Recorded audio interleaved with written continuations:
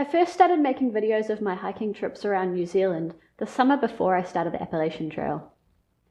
I did this because a friend of mine at work suggested that I try making a video of one of my trips so he could live vicariously through me.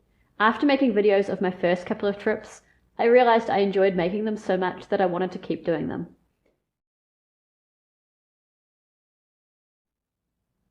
I realized pretty soon after I started making videos that I really didn't want to make my videos impact anybody else's experience on trail.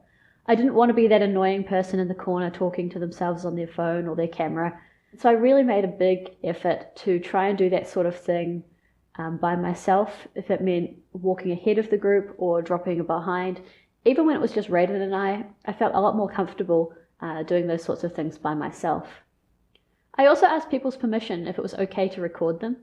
I only had a couple of people tell me that they didn't want to be in my videos, and so I just tried to keep them out of the shots when I was filming. And if they did end up in the shots, which one of them did at one point, I just edited that section of footage out so that they didn't end up on YouTube. I really struggled with getting video footage of towns, and I think this was a little bit because of not wanting to be annoying. When you're in town, there's a lot more people around, and I didn't want to be walking around with my camera and things like that. Looking back on the trail, I'm a little bit sad that I didn't have more footage of the towns, just because it would give me a better memory of what they were like and the experiences that I had in each town. But in the same way, I didn't want to impact my experience in town or other people's experience by filming, and so I think what I did was probably best at that stage. I think if I filmed another thru hike, I'd try and come up with a slightly better way to film towns so that I can get that full experience on camera. When I first started filming videos, I just did them on my cell phone, but I have a pretty old phone and it was really shaky footage. Anytime I tried to walk and film at the same time, it was pretty much unwatchable. So I bought myself a GoPro Hero 7 Black, which has got built-in stabilization features, and it is absolutely fantastic. I love it as a camera. It's a little bit heavier, and obviously because I've got my phone and my camera, I'm carrying that extra weight. But at the same time, it does the job really well. My favorite feature is you can just pick it up and press the record button, and it will instantly turn on and start recording. And then if you press the record button again, it will stop recording, save the file, and turn off. The GoPro is also waterproof, so I don't need to worry about putting it away in my bag if it starts raining or anything like that. And the handle that I have it attached to floats, so if I take it swimming, I don't need to worry about that either. Because I was filming, I had to take some other gear as well. And in total, my camera gear came to about a pound or about 500 grams. So as well as the GoPro and its handle, I had a 1 terabyte hard drive, and I used this to store my raw and processed video footage throughout the trail. For reference, I ended up making about 700 gigabytes worth of video footage during 143 days on trail. So it was a decent amount of data that I was dealing with. I also carried an external battery pack, and I could use that to charge both my phone and my GoPro, as well as my Bluetooth headphones when I switched to Bluetooth in the second half of the trail. A couple of other things I was carrying were little adapters. The first one is a micro SD card reader, so I can take the SD card out of the GoPro and connect it directly to my phone, and that was how I transferred files from the GoPro to my phone. I also had a USB to micro USB adapter, and that meant I could plug my 1 terabyte hard drive directly into my cell phone and transferred files through there as well. I carried 3 different SD cards, and I had them numbered, and so I just filled up 1 and then 2 and then 3, and all of that data was also backed up to the hard drive, but it wasn't until I filled up the 3rd one that I would format the first one and start again. So if anything happened to the footage in the week or 2 after I recorded the information, I'd still have it and I'd be able to deal with it. But then after that, it would be wiped off my SD card, and the only place it was stored was on my hard drive.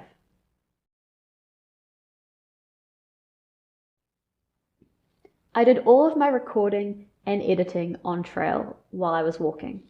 So every night I would take the SD card out of the GoPro, transfer the video files to my phone, and then I would edit the video on my phone.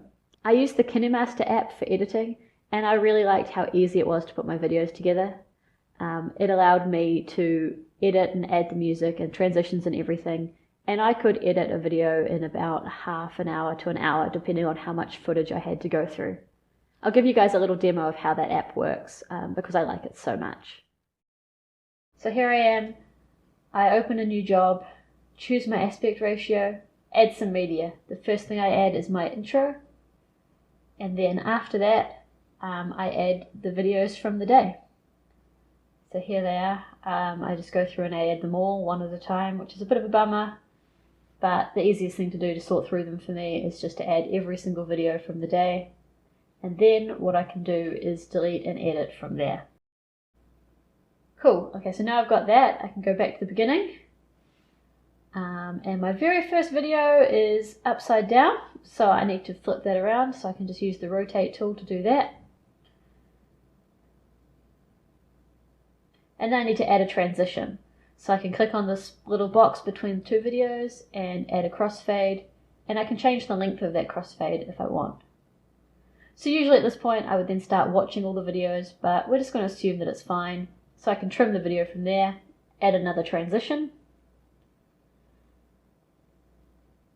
and then keep going. So I've got some more video footage here.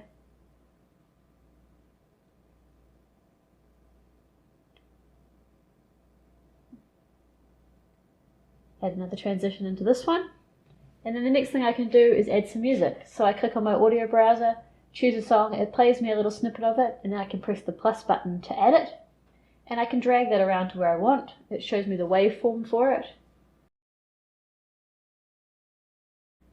So it's then got this thing called the volume envelope, where I can fade music out when it crosses into talking. So that's what I've just done on the screen there, faded it from normal 100% volume down to nothing. And then I can export my video. So I can just click on the button, export. There's lots of different options here about the resolution and the frame rate that I want to export it at. And that will affect how large the final video footage is. So you can see with this one, it ends up being about 2.5 gigs, and then I can export it. And then I just have to sit and wait for it to do its thing, and that's it.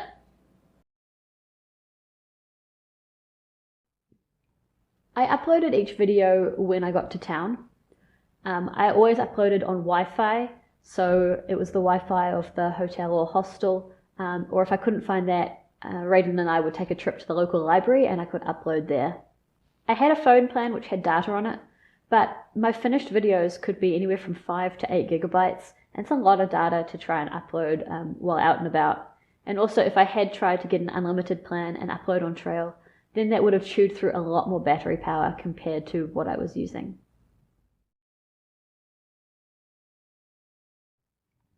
So I decided that I wanted to put music in the background of most of my videos. I've had a few people comment that they would have liked to have heard more of the natural sounds in the background of the videos. And I really did try and include that when there was nice birds singing, the sound of the trees and the breeze, or the rivers and things like that.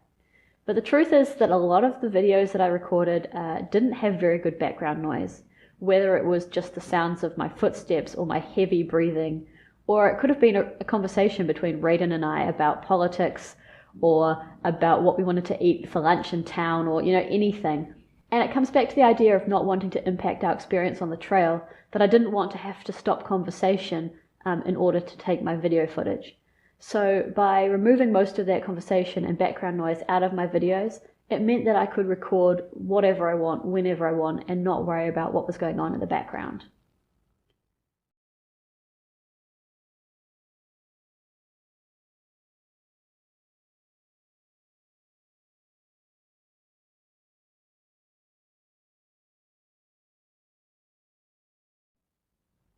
There was definitely times when I didn't want to edit at night, and closer to the end of the trail I did get a little bit behind on my videos. It depended a little bit on what time we stopped at night. Earlier on in the trail we were stopping a lot earlier, so it was easier to find the time to do that editing. Although earlier on in the trail we also socialized a lot more with other people, and when we got to camp at night and there was other people sitting around, it was much better to sit around and talk to them rather than go into the tent and do my editing. So it often meant that I didn't start editing until everybody had decided to go to bed. But I think because the trail was still so fresh to me, I didn't mind doing that so much. Later on in the trail, Raiden and I would walk a little bit longer into the evening, and that would mean that we wouldn't set up camp until later and probably not be getting into our sleeping bags until it was dark, at which point I would just prefer to go to sleep rather than to do some editing. So it took me a little while to figure out exactly how I could balance that. I would do some editing sometimes in the morning while Raiden was still sleeping, or I would just wait and do it in a big chunk when we were in town. But also, because the videos were being released about 3 weeks after the actual event happened, it meant that I had a little bit of leeway to make sure that I could edit them in time. Although I did have some of those editing struggles, I would absolutely film another trip if I did it again. I really enjoy filming when I'm out on trail. It's a lot of fun to film, and it's a lot of fun for me to edit and look back through. And now, even looking back at the footage only a few months after I got off trail, I can look at a single video clip from a day and it will bring me back so many memories of that whole day, and so I'm really glad that I have that for the future.